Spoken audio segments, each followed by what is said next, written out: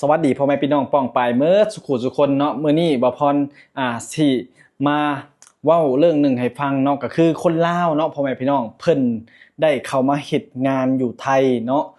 และเพิ่นก็ประสบผลสำเร็จในหน้าที่การงานเนาะนี่แหละพ่อแม่พี่น้องเอ้ยบ่พรบอกตลอดว่ามาไทยนี่มีแต่สิ่งดีๆให้ขอเพียงที่เข้ามาแล้วเฮาต้องหาอาชีพหยังที่เฮาสิไปหาทำมาหากินอยู่บ้านได้เนาะอย่างเช่นอ้ายคนนี้เนาะพ่อแม่พี่น้องเราเข้ามาอยู่ไทยนี่เพิ่นนี่มาอัดคลิปแล้วก็มาอธิบายให้ฟังว่าก่อนที่เฮาสิเข้าประเทศไทยนี่เฮาต้องฮู้ตัวเองว่ามาไทยนี่เฮาอยากได้หยังเนาะบ่แม่นสิมาเล่นมาเที่ยวเนาะมาไทยแล้วเฮาก็ต้องหาอาชีพติดโตกลับไปนำเพราะว่าประเทศไทยนี่มันมีแต่อาชีพการงานให้เฮาเรียนรู้และให้เฮาศึกษาหลายๆอย่างพ่อแม่พี่น้องเอ้ยซึ่งอ้ายคนนี้เพิ่นก็เป็นช่างตัดผมพ่อแม่พี่น้องเพิ่นเข้ามาเฮ็ดงานอยู่ไทยนี่เพิ่นก็ไปเฮ็ดเป็นอาชีพพนักงานช่างตัดผมเนาะพ่อแม่พี่น้องเพิ่นก็ได้อาชีพเนาะพ่อแม่พี่น้องนี่แหละคนที่เขาฉลาดแล้วก็มีความคิดที่สิพัฒนาพิษที่แบบว่าสิพัฒนาตัวเองเนาะพ่อแม่พี่น้องก็ไปได้ดีพ่อแม่พี่น้องเพิ่นก็มีอาชีพตอนนี้เพิ่นมาเรียนอาชีพตัดผมแล้วเพิ่นเก่งพ่อแม่พี่น้องเพิ่นเก่งแล้วเพิ่นก็กลับไปบ้านเนาะกลับไปประเทศลาวเนาะพ่อแม่เพิ่นก็เปิดร้านตัดผมโอ้ยพ่อแม่พี่น้องเอ้ยพอเพิ่นมีอาชีพร้านตัดผมมีลูกค้าหลายบัดนี้เพิ่นก็ฉลาดเนาะเพิ่นก็เปิดรับสมัครเนาะบัดนี้สอนบัดนี้พ่อแม่พี่น้องเอ้ยเนาะนี่แหละบ่พรจึงเว้าว่าการที่เฮามาประเทศไทยนี่เฮาต้องมองหาโอกาสดีๆเนาะมองหาโอกาสดีๆเข้ามาในชีวิตเนาะบ่แม่นสิเข้ามาแล้วสิหาเลาะเล่นเลาะเที่ยวอย่างเดียวบ่ได้เนาะพ่อแม่พี่น้องคนลาวนี่หลายที่ว่าเข้ามาแล้วบ่ประสบผลสำเร็จเพราะว่าเข้ามาแล้วติดเที่ยวเนาะ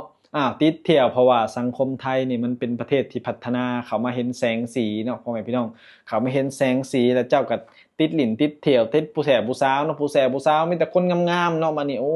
ยเนาะพ่อแม่พี่น้องเอ้ยอืมมันก็เฮ็ดให้เฮาเสียได้เนาะพ่อแม่พี่น้องเพราะว่าการที่เฮามาเฮ็ดงานอยู่ไทยนี่เฮาต้องรู้จักเก็บรู้จักอดออมเนาะคือบ่พรนี่บ่พรตั้งใจไว้แล้วเนาะพ่อแม่พี่น้องบ่พรอยากได้อยู่ประมาณ3อย่างเนาะอันนี้เว้าเลย3อย่างหลักๆถ้าบ่พรได้แล้วบ่พรสิ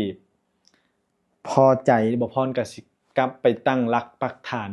อยู่บ้านเกิดเมืองนอนเนาะอย่างที่1คือบ่พรอยากได้คืออยากได้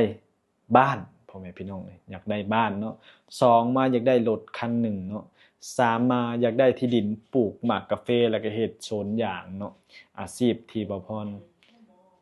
แบบว่าอยากได้เนาะพ่อแม่พี่น้องบ่พรอยากได้แร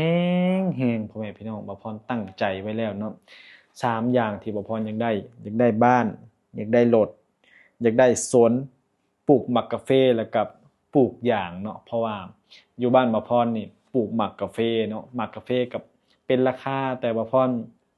ยังบ่มีเงินซื้อที่ดินเนาะแต่บ่พรก็อยากสร้างบ้านนำพ่อแม่พี่น้องนั่นแหละบ่พรมองว่าก่อนอายุอ่า40ปีเนี่ยบ่พร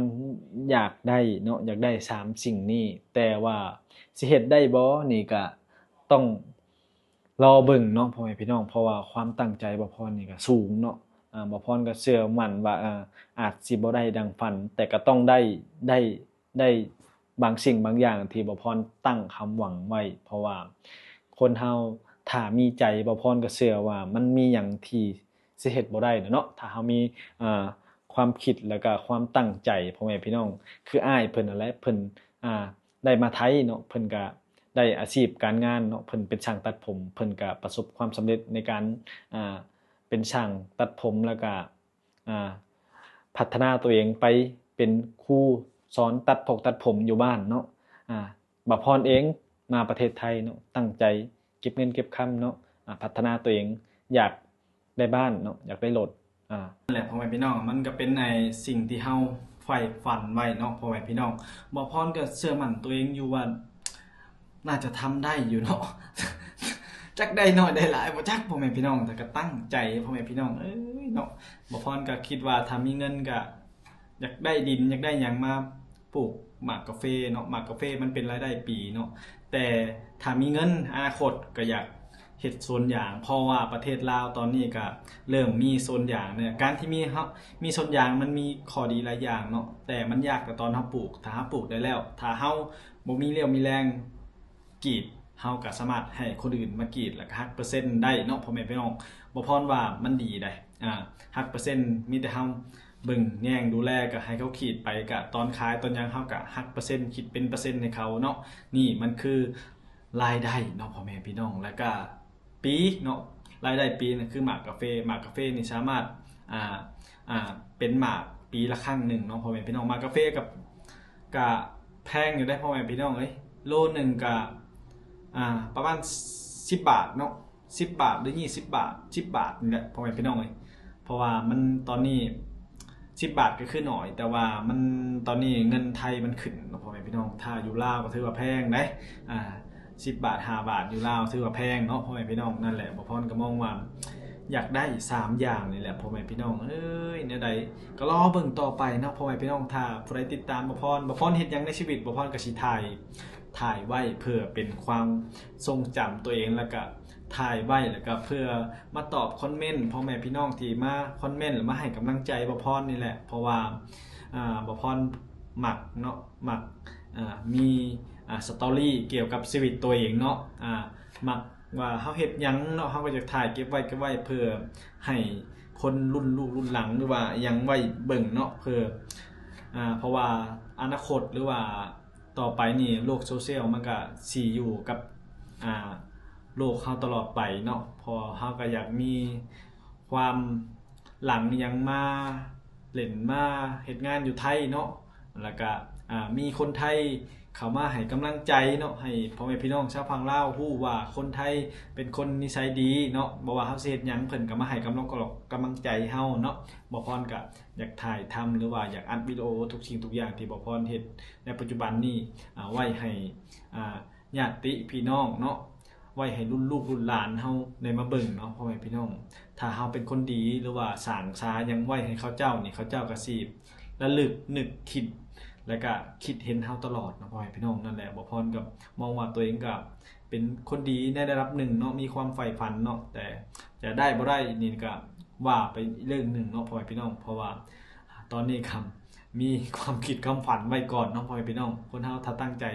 บ่ได้หลายก็ได้หน่อยบ่พรคิดว่านั่นแหละพ่อแม่พี่น้องคลิปนี้ก็มาเว้าเรื่องอ้ายเพิ่นที่มาประสบ